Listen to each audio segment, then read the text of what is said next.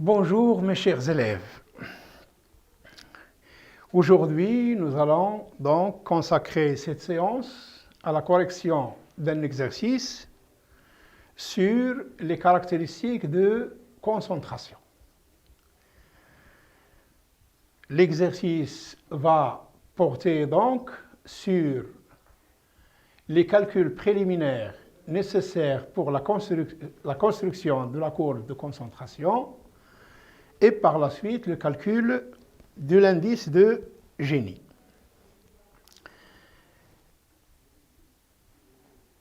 L'exercice est le suivant. Il s'agit d'une enquête réalisée par le ministère de l'Agriculture sur 320 exploitations agricoles selon la surface des exploitations. Le tableau suivant donc sera nécessaire pour la construction de cette courbe.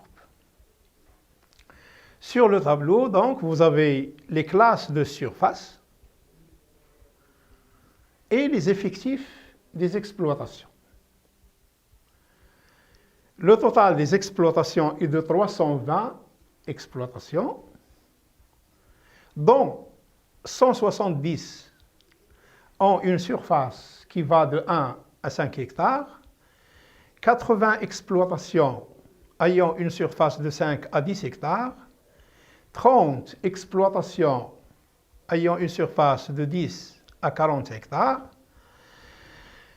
15 exploitations ont une surface comprise entre 40 et 60 hectares, 10 exploitations ont une surface qui va de 60 à 80 hectares, 9 exploitations seulement qui ont une surface comprise entre 80 et 120 hectares, et enfin 6 exploitations qui ont une surface comprise entre 120 et 200 hectares. Le total des exploitations est de 320 exploitations. Il faut maintenant passer pour calculer les centres de classe. Le centre de classe est calculé de la manière suivante.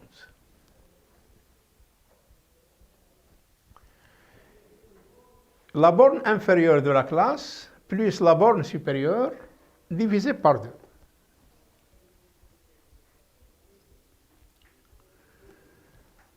Donc, le travail à faire consiste à compléter le tableau, ensuite de tracer un diagramme, ou bien dans un diagramme cartésien, en abscisse, il faut porter les effectifs cumulés croissants en pourcentage, FCC. Sur l'axe des Y, c'est-à-dire l'axe des ordonnées, les NI, CI, c'est-à-dire la surface, en pourcentage cumulé croissante. Ensuite, il faut tracer sur le même graphique la droite, la bissectrice, la diagonale, où les effectifs cumulés croissants des exploitations en pourcentage seraient égaux à la surface cumulée croissante en pourcentage. C'est une droite ayant pour fonction y est égal à x. Et enfin, la dernière question, il s'agit de déterminer graphiquement et par le calcul combien occupe 80% des exploitations de la surface totale. On commence donc par calculer les centres de classe. Comme je l'ai déjà signalé, la borne inférieure plus la borne supérieure divisée par 2. Les centres de classe sont les suivants. Donc pour la première, c'est 1 plus 5 divisé par 2 égale 3. 5 plus 10 divisé par 2 égale 7,5 et ainsi de suite. 25, 50, 70, 80 plus 120, ça fait 200 divisé par 2, ça vous donne 100. etc. Ensuite, on passe pour calculer les effectifs cumulés croissants. Il faut cumuler ces effectifs. Donc, on a 170 plus 80, ça fait 250. Donc, 170 plus 80.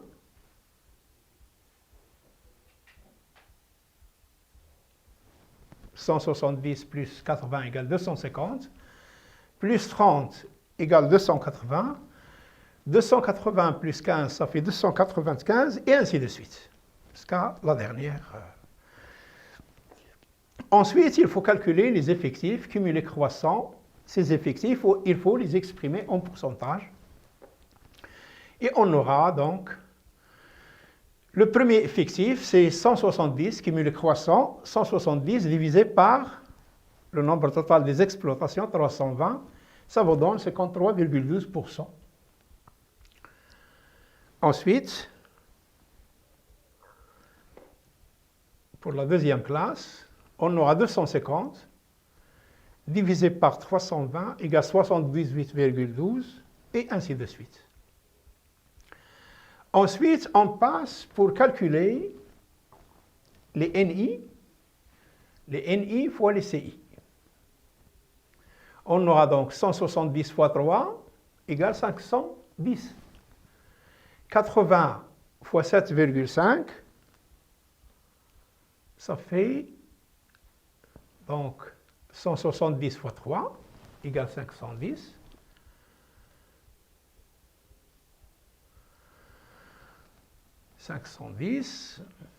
Ensuite, 80 fois 7,5 égale 600. 30 fois 25 égale 750, et ainsi de suite. On aura une somme de 5170, c'est la surface totale de toutes les exploitations. De les 320 exploitations ont une surface totale de 5170. On cumule maintenant les NICI. On va calculer les NICI cumulés croissants. On aura donc 510 plus 600, ça fait 1110. 1110.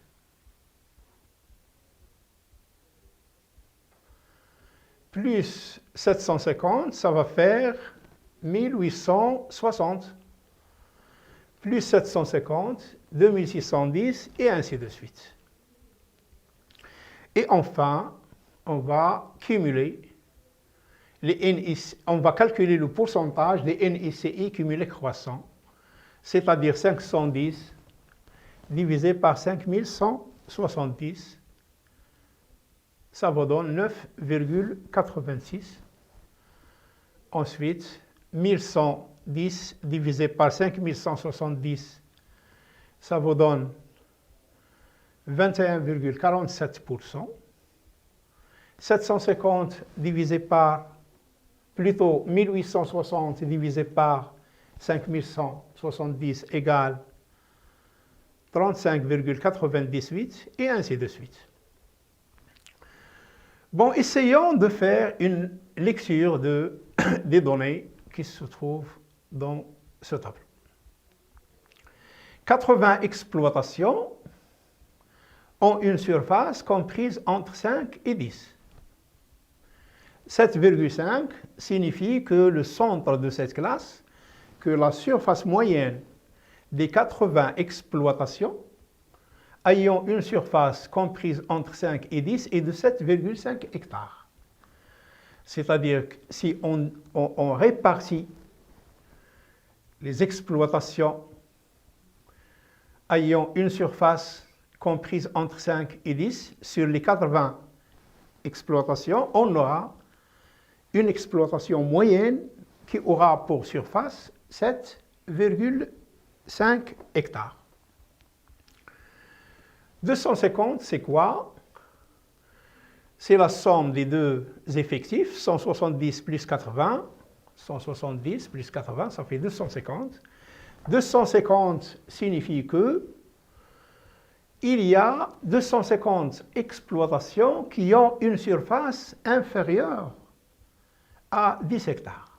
c'est-à-dire comprise entre 1 hectare et 10, soit 78,12% du total des exploitations.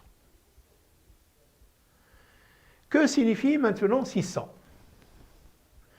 600 signifie que les 80 exploitations ayant une surface comprise entre 10 et 5 hectares ont une surface totale de 600 hectares. Donc 80 exploitations qui ont une surface comprise entre 5 et 10 hectares, ils ont au total une surface de 600 hectares. 1110 signifie que les 250 exploitations, la somme de 170 et 80, dont donc les 250 exploitations dont la surface est comprise entre 1 et 10 hectares, ils ont une surface totale de 1110 hectares. Donc les 250 exploitations dont la surface est comprise entre 1 et 10 hectares et qui ont une surface totale de 1110 hectares représentent 21,47% de la surface totale. C'est à partir de ce tableau donc qu'on commence à sentir la concentration, s'il est forte, faible, moyenne, etc. Essayons par exemple de lire les deux chiffres, 92,18 avec 50,48, les deux chiffres. L'effectif cumulé croissant des exploitations exprimé en pourcentage avec la surface cumulée croissante exprimée en pourcentage, cela signifie que 92% des exploitations n'ont que la moitié de la surface totale. Donc, on peut dire qu'il y a une forte concentration. Car les 7,82% qui restent, soit 8% à peu près, qui restent, ont l'autre moitié. Donc 8% des exploitations ont la moitié de la surface totale, et l'autre moitié, il est détenu par 92% des exploitations. On passe maintenant pour construire la courbe de concentration. Pour construire cette courbe appelée courbe de concentration ou courbe de Lorentz, il faut tracer un diagramme cartésien dans lequel il faut porter sur l'axe des abscisses les effectifs cumulés croissants en pourcentage des exploitations et sur l'axe des ordonnées, l'axe des Y, on porte la surface cumulée croissante en pourcentage. Et on trace d'abord la bisectrice, cette diagonale. Que signifient les points qui se trouvent tout au long de cette droite? Signifie que 10% des exploitations détiennent 10% de la surface. 20% des exploitations détiennent 20% de la surface. 30% des exploitations détiennent 30% de la surface, et ainsi de suite. 90% des exploitations ont 90% de la surface, et la totalité des exploitations, c'est-à-dire 100%, détiennent la totalité de la surface. Donc les points qui se trouvent sur cette droite expriment une répartition du sol agricole parfaitement égalitaire. Cette droite, donc, cette droite traduit une équité de la répartition du sol agricole entre les exploitants. Donc, on peut l'appeler l'équirépartition. Pour donc construire la courbe de concentration, on va prendre les effectifs. Je vais revenir au tableau.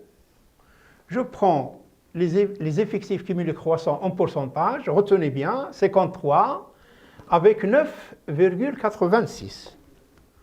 Donc 53% des agriculteurs détiennent 9,86% de la surface agricole. 78,2% des exploitations détiennent 21,47% de la surface totale. Donc 78% des agriculteurs détiennent 21,47% de la surface totale. Ensuite, 87% des exploitants agricoles ou des exploitations agricoles détiennent seulement 35,98, à peu près 36%, donc 78%, détiennent 21,45, 87,5% détiennent 35%, 92,18% détiennent 64 ou 54, pardon, 50,5. 95% des exploitations détiennent 64%, donc 95-64. 98 détiennent 81%. Comme vous pouvez le constater ici, combien il faut pour atteindre 100%? C'est à peu près 2%. Donc 2% des exploitations détiennent à peu près 19,5 ou 18,5, à peu près 19, soi-disant 2% détiennent à peu près 20% de la surface totale des exploitations. On a obtenu donc ces points qu'il faut relier entre elles pour obtenir la courbe qui porte le nom de son auteur, Lorenz, et qui est appelée courbe de concentration. Que signifie donc l'allure de la courbe? Cette courbe, quand il se confond avec cette droite, à chaque fois que la courbe se rapproche de la droite, la concentration devient faible et la répartition des exploitations entre les agriculteurs devient de plus en plus égalitaire. Par contre, lorsque la courbe de concentration s'éloigne de cette droite, cela signifie que la concentration devient de plus en plus faible et la répartition de la variable statistique en général entre les éléments de la population devient de plus en plus inégalitaire. Pour donc mesurer la concentration, on fait appel à un indice qui porte le nom de son auteur aussi, c'est l'indice de Gini. L'indice de Gini est égal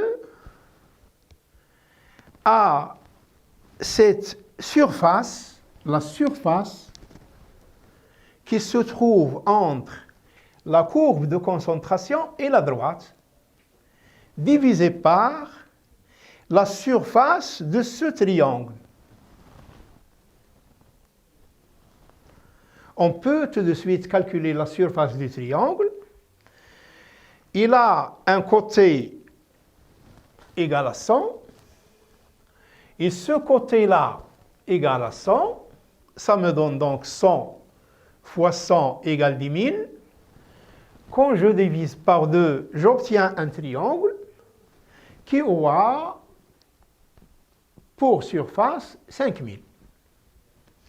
Donc la surface de ce triangle est égale à 100 fois 100, c'est la surface du carré, divisé par 2, on obtiendra la surface de ce rectangle.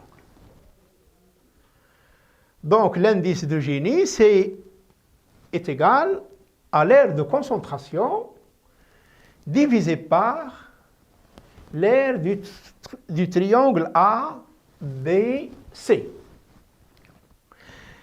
Pour calculer l'indice, donc, il faut calculer cette aire.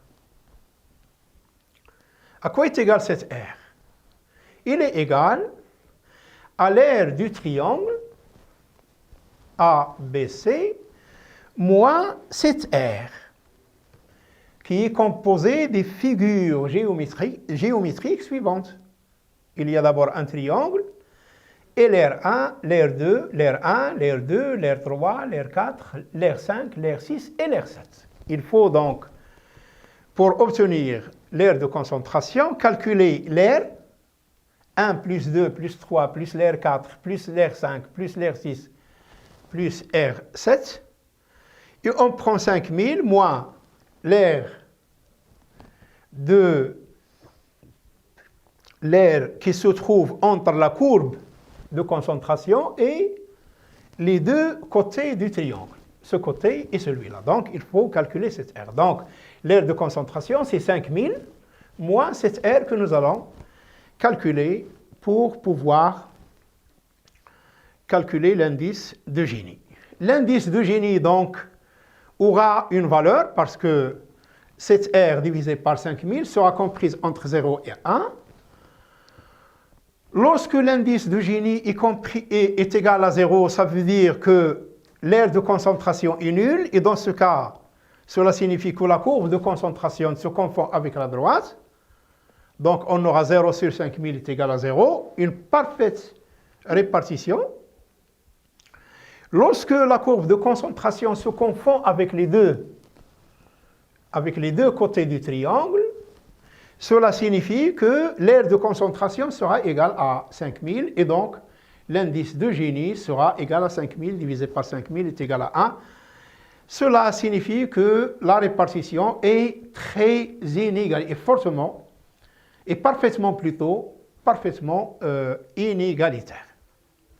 Voilà donc pour la réponse aux questions.